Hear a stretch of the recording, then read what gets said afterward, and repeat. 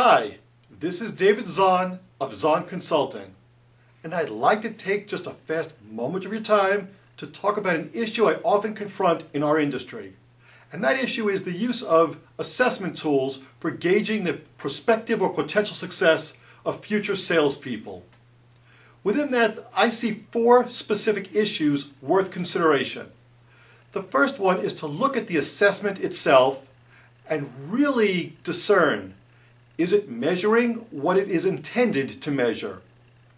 That is to say, is it a valid tool?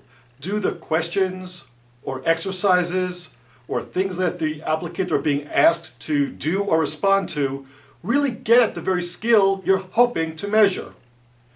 The second issue with many assessment tools refers to reliability, and that is, will I get the same answer from the same respondent over time?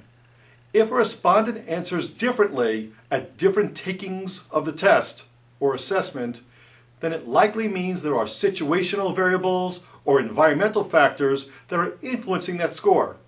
That's not a very good way to make an assessment or judge future prospective success if we don't know that the answer is a stable one. The second overall issue to be confronted refers to the language that is used within the assessment.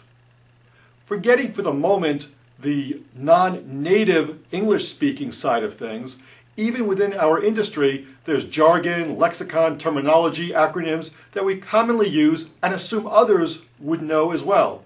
That's not always the case.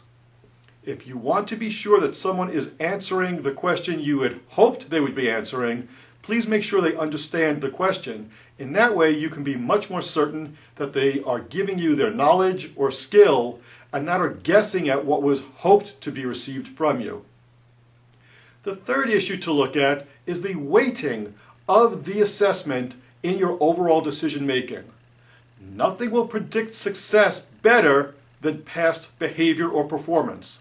So while the assessment can get at some of the skills that perhaps were mentioned in an interview, it is not going to be wholly and by itself sufficient to make a very informed decision. It is best used in concert with previous examples of performance or behavior. Our fourth issue refers to the success of existing salespeople on that very same assessment tool.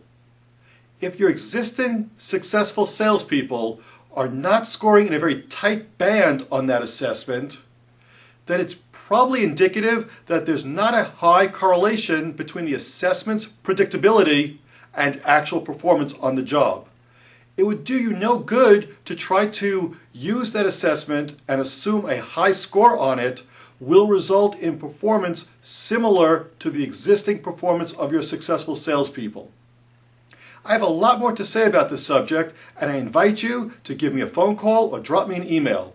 I look forward to talking to you. Thank you.